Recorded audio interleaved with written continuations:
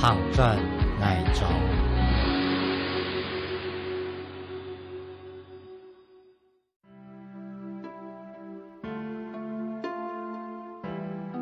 8年以前，前年黑了南港村，一房一房开始学水路，满村路嘅比年多，但日头走出面，身体向阳，心思就晒出少暖。鹿茸係一種藥，治療本體痛挫傷嘅頸頭微肉，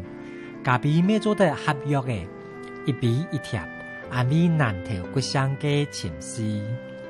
水路轉到山頭，塔內塔梯塔穩返鄉嘅路，加比樹種落大家，樹根上市，綁係後生嘅樹盤樹背。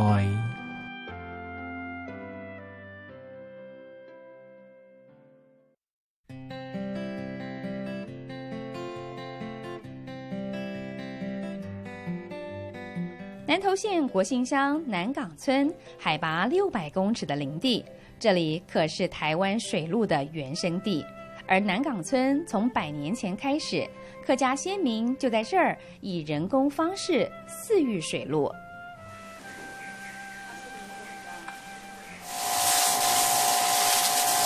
这边鹿是帮它洗澡，当鹿是太脏的话，帮它洗澡。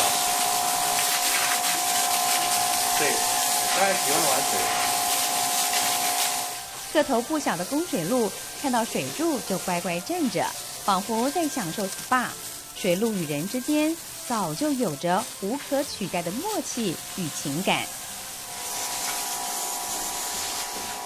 全台湾的养殖水鹿大约有2万多头，其中有1/3集中在南投。而国姓乡南港村当中就拥有4800头水鹿，可以说是水鹿之乡。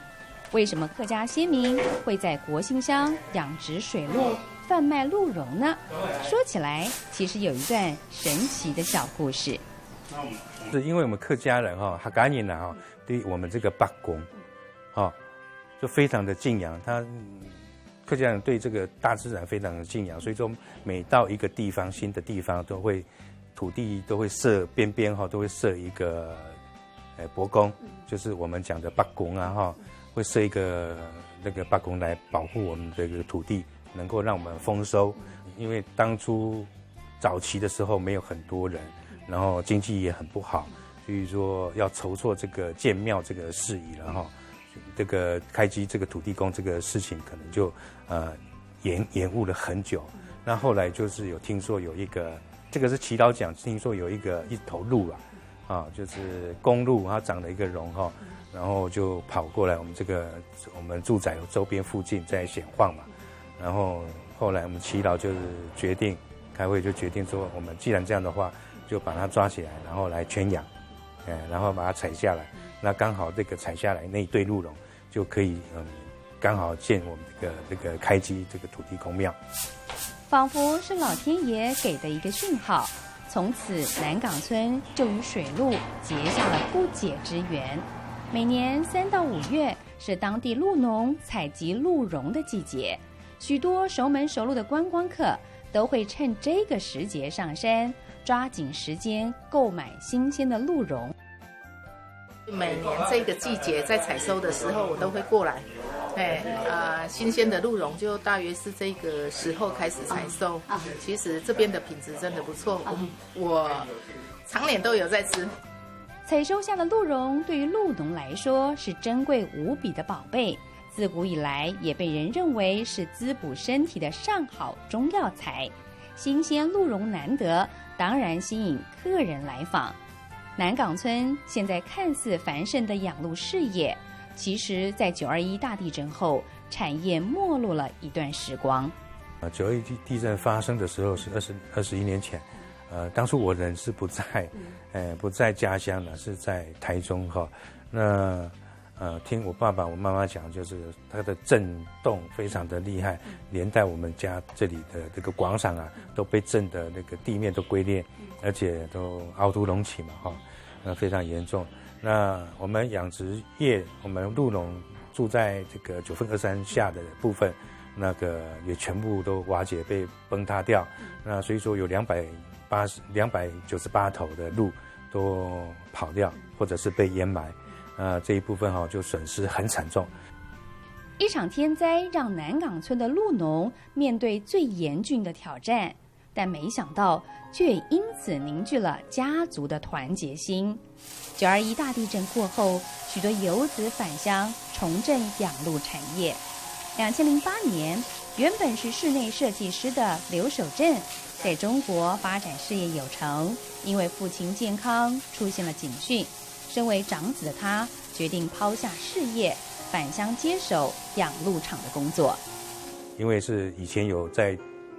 跑山追赶那个野猪，打猎了那身体可能有累坏的爬坡那个部分有喘坏的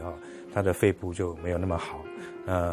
对这个养鹿事业可能就没办法撑下去。那我为了要回来照顾老人家，那当然我是觉得这个养鹿这个鹿茸这个东西很好，要放弃也是很可惜。那我就毅然决然，我就把大陆的工作辞掉，然后回来我们照顾家乡的那个老人，顺便养鹿。养鹿是从小看到大的工作，对刘守正来说，养鹿场的一切并不陌生。外出历练返乡后，先不提适应的问题，他光是看到了当地鹿农只懂得用传统方式养鹿，大家像是一盘散沙，实在可惜。于是他主动开始申请经费，整合南港村的养鹿资源，没想到却是困难重重。那因为我们这个乡下人嘛，总是老人居多啦。那对于我社区里面我提到要组一个工作坊或者是一个加工坊的部分，那有很多我们的社区成员年纪大了，然后比较不愿意再多增加他们的负担然后对于这个部分就是观看方面而已啦。那这一方面我老实讲，对尔达奇也算是也是重要的一点啦。尽管艰辛，不过刘守正始终没有放弃。既然光靠自己的力量无法说服当地其他鹿农，他就争取专业资源来改变大家的想法。我们鹿农对于养殖的一个技术非常的好，它每一年所产的茸逐年的增加，但是实际上头数是没有增加，而且是反而在减少当中。所以说我们觉得这个透过我们这个农委会这个技术辅导还有各个学校的学者这一方面的一个辅导，那对于我们农民的一个养殖这个理论跟实际的经验结合下去，这个技术是非常好的。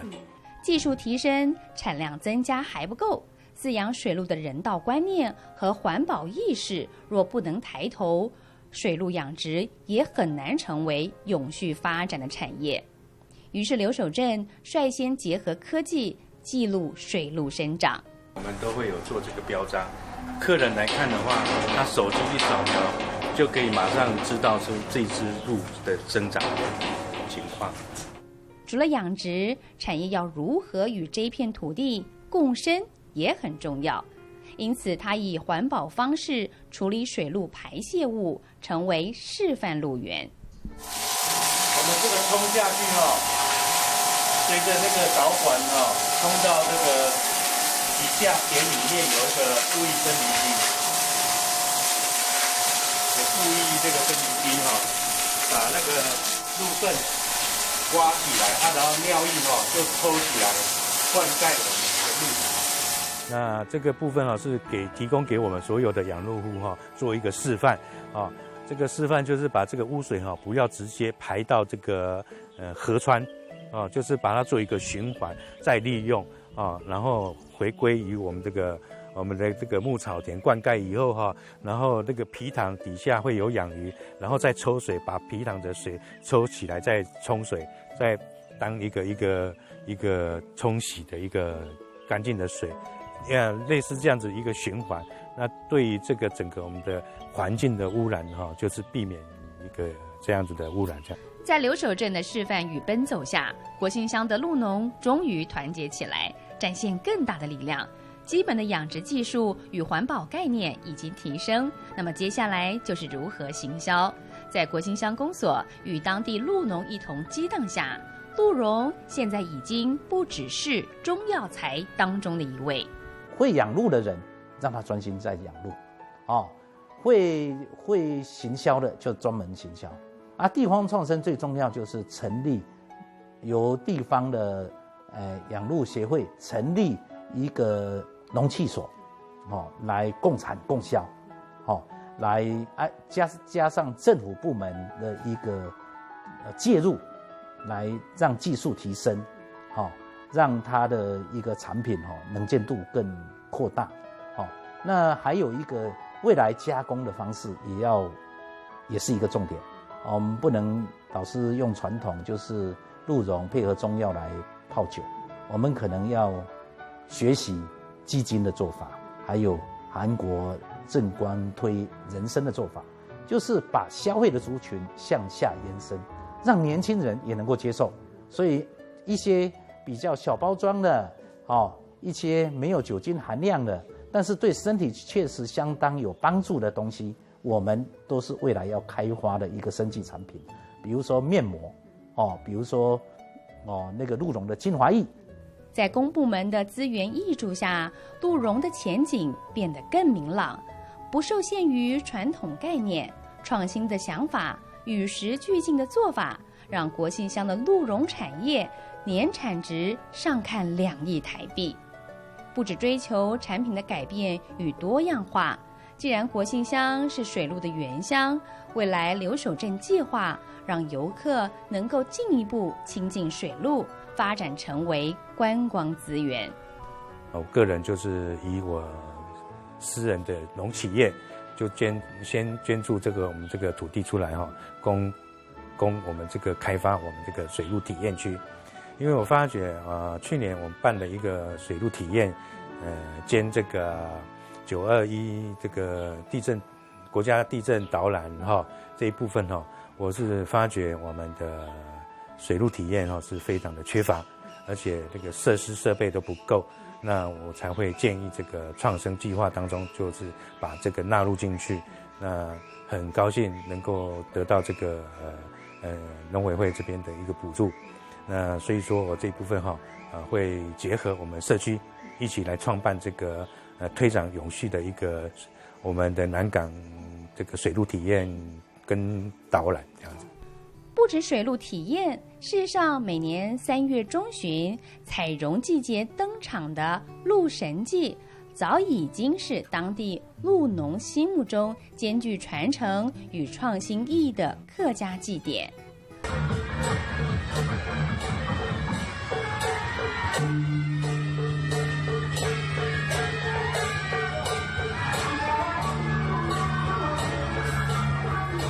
因为我们的产业就是鹿茸，那这个产业的部分，如果鹿茸长得好的话，当然就是要全部都要就是赐我们那个土地公赐给我们的一个丰收嘛。那后来在这个20年前就是因为这个典故呢，那我们这个乡长还有我们这个地方耆老就请示我们这个玉皇大帝，就请示他用拔杯的方式请示，连续拔了3杯，请示我们土地公，我们这边土地公是把它升级为我们的鹿神这样子，那得到这个玉皇大帝的首肯然后就这样子就持续延续下来这个鹿神祭。鹿神祭是国兴乡的客家人感念祖先、慎终追远的具体呈现，同时也将地方产业与文化的结合做了最好的演绎。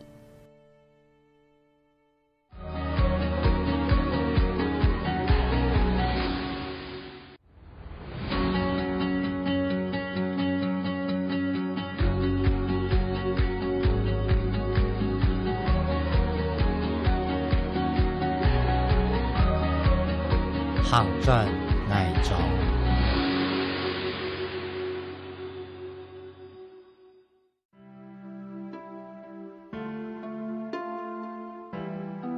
8年以前，前年迄俩南江村，一房一房开始学水路，满村路嘅避年道，但日头走出面，身体向阳，心思就晒出少暖。鹿茸係一種藥，治療本體痛挫傷嘅頸頭微肉，加比咩做得合藥嘅，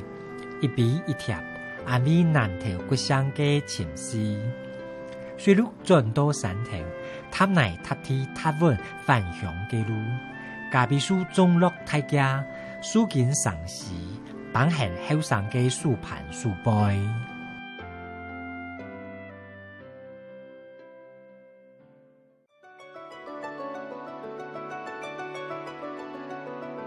国道6号国姓交流道旁，阳光洒落在宽敞的咖啡馆内，浓醇的咖啡香气吸引一批又一批咖啡爱好者远道而来。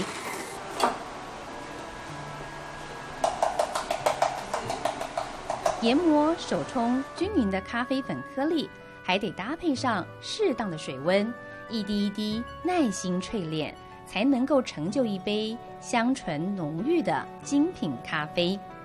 常常来这边喝咖啡吗？对呀、为什么喜欢这边的咖啡？因为我觉得他们这边咖啡很香醇，而且就是它的口感会比较滑润，比较有那种蜂蜜焦糖的味道，还有带微微的果酸，我很喜欢这种味道。一口咖啡蕴藏了国姓乡独有的风土韵味，令人沉醉不已。这里的咖啡不只是有内涵，还充满着感人故事。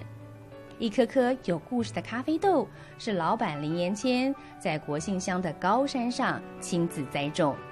不过20年前，他其实对咖啡一无所知。林延谦一家3代一直以来都是靠着种植槟榔树为生。长大后，他顺理成章接下家业，原以为可以安稳度日，但怎么都想不到，一场921大地震改变了他人生的走向。921地震晚了一段时间，才发现到那一棵咖啡苗，就是在那个灾区的那个顺向坡的岩石堆里面发现的这一棵咖啡苗。那当初也不晓得是咖啡苗，然后就回家跟家里面讨论啊，然后后来知道是一棵咖啡苗了以后，然后爸爸就蹦出一句话说：“啊，那这就是老天爷指引我们的一条明路啊。”其实921地震之前，林延谦就有思考过要改种其他作物，只是他当时毫无头绪。大地震让他亲眼目睹槟榔树不利水土保持的惨况，满目疮痍的槟榔园中，只有咖啡树苗昂然挺立，给了他一线希望，奋不顾身改种咖啡树。只不过这个想法在20年前可是让他饱受攻击。当初我们去邀约这些朋友来种的时候，人家会像也是疯子，因为这个咖啡树跟我们是完全不相关的，对，它是属于果树类的一种。然后当然是万事起头难啦，因为都不懂的情形之下，就是很难去邀请说这些亲朋好友来响应，然后就没关系啊。那我们要想说，那我们自己先来试试看，就傻乎乎的就一股劲这样投入了。回想当初的冲动，李延谦到现在想起来还是捏把冷汗，因为那时候除了热情和傻劲之外，他什么都没有，没有资源，没有知识基础，就连对咖啡的基本认知都是零。因为我们把它当作是槟榔树在种，所以不知道它有什么未知的一些变害啦，或是一些什么虫害之类的，然后就历经了这一些苗木啊，开始就大面积的死亡，都找不到原因，然后就请教一些专家。那个时候几乎没有什么咖啡这一方面的专家，因为我们台湾根本没有咖啡这个产业，纵使有是很少的，所以在这些资讯都无法取得的情形之下，我就开始苦恼了，就知道说这个真的是转型真的是不容易。我刚开始就面临到这样的一个挑战。有想过要放弃吗？曾经是有想过了，然后可是就是这样一股劲，就是傻乎乎的，一下子就投入那么多，所以你要真的要放弃的话，说实在也蛮舍不得的。头已经洗下去了，要说放弃，谈何容易？不放弃，那就得咬紧牙根，找出一条生路。林延谦翻遍资料，找尽学者，花了3年的时间，终于慢慢地摸索出种植咖啡的诀窍。只不过种出咖啡果还只是第一步，后端的烘焙到行销，才真正让他们感受到什么叫挫折。那几年其实有大概3-4年，至少3-4年的时间，我们的咖啡豆都是每年生产收成好之后，就是放在储藏室，是完全卖不出去的情形。对，所以我们很苦恼。卖不出去，那是不是就是直接会面临到，比如说就是资金上面的要去烦恼这个部分？哦，对，当时因为我们还好，我们槟榔并没有全部放弃，所以我们还有另外一个小区块是种槟榔的区块，所以等于说我们每年的槟榔收成的这些资金就来投资在咖啡种植咖啡的这个区块。说起来有些讽刺，想要抛弃槟榔改种咖啡树，但现实却是得靠槟榔养咖啡。就算资金暂时无余，而看到储藏室里满满的咖啡豆，林延谦还是心惊胆战，不想坐以待毙。他和太太决定主动出击，只要有农特产品展售会，他们一定报道。不过第一线面对消费者，又是血淋淋的一段记忆。很多消费者他会质疑说，不对啊，台湾只有古坑才有产咖啡，国信没有产咖啡，你们这个咖啡绝对不是你们国信商所生产的。对，就是那种心里会受打击。对，就觉得他说，然后喝完咖啡，他那种表情会让你觉得，我们的咖啡有这么难喝吗？对，他从表情已经告诉你答案了。对，所以我们就一直在想说，我们到底问题出在哪边？消费者毫不客气的质疑与否定，让林延谦很痛苦。不过这也是让他们找出问题最快的方法。林延谦夫妇发现，原来不是产地条件好，咖啡果长得壮，就能够成就一杯好咖啡。采摘之后的发酵、日晒、烘焙等繁复过程，都影响着咖啡的风味，之间环环相扣。那像我现在在做的这个豆子，这个就是水洗豆。水洗豆它是经过脱皮，然后去胶，然后发酵完了以后，然后所做的这个天然日晒。好，这个是最基本的一个豆子的来源。然后这个同时也是量最大宗、最稳定的一种制作方式。因为水洗豆它是经过果脱胶了以后，然后用清水洗干净了，所以它的香气啊是很干净的，几乎都没有什么杂味，没有什么发酵的味道。就这样边摸索边学习边修正。2008年，他们鼓起了勇气参加了咖啡评鉴，没想到一鸣惊人。那我们是到了2008年那一年，毅然决然去参加台湾的咖啡评鉴比赛，因为那个时候我们台湾有举办全国性的咖啡比赛，针对台湾豆的这个部分，只有云林古坑有做这样子的比赛。然后我们也是想要知道说，我们种植的这个咖啡的品质是不是有到达专家的水准？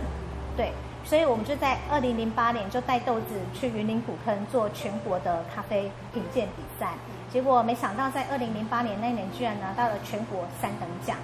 对，就在从那个时候，我们才开始给自己注入了一股非常大的信心。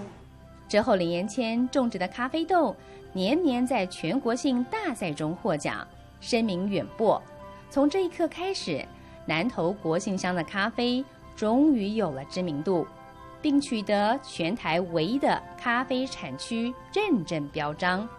2015年甚至参加美国咖啡品质学会的评鉴，获得超过86分的高分，奠定精品咖啡的基础。2019年，他们更走进了总统府，成为国研咖啡，就连日本咖啡商也特地前来收购。日本的豆商其实他还蛮赏识我们在地的所生产的咖啡豆。那像在去年 UCC 集团也跟我们采购了咖啡生豆，然后将我们的生豆透过他们的烘焙方式呈现出来，他们是呈现在他们的那种复合式的超商结合咖啡馆的这种概念，对，然后把我们的豆子带到他们的这个旗舰店里面，对，这对我们来说，我们也觉得很骄傲啦。因为然后我记得最早以前是在超4-5年前的时候，刚开始了解国信乡，就是一些咖啡的话，其实品质就是比较一般般。可是随着近几年来他们的技术啊，像田间管理的技术，还有后置的技术，其实一直都在提升。然后再加上说之前的那个他们可能比较没有重视品种，可是现在他们也知道说，品种其实是很重要的，只有怎样的品种它适合在什么样的海拔跟怎样的田间管理。那所以相对的，其实国信乡的咖啡啊，它像它的一些，因为我们咖啡都属于精品咖啡，可是精品咖啡要的就是一些花香还有果香。那所以相对的，农民在这个区块，其实他们就是品种改良，就改种对的品种，然后再加上后置处理的蛮到位的。那其实国信乡的咖啡，我是觉得这2年来一直在提升。我们的咖啡种植的面积已经到达200公顷，可以说是古坑咖啡的4倍，是种植面积可以说是全国之冠。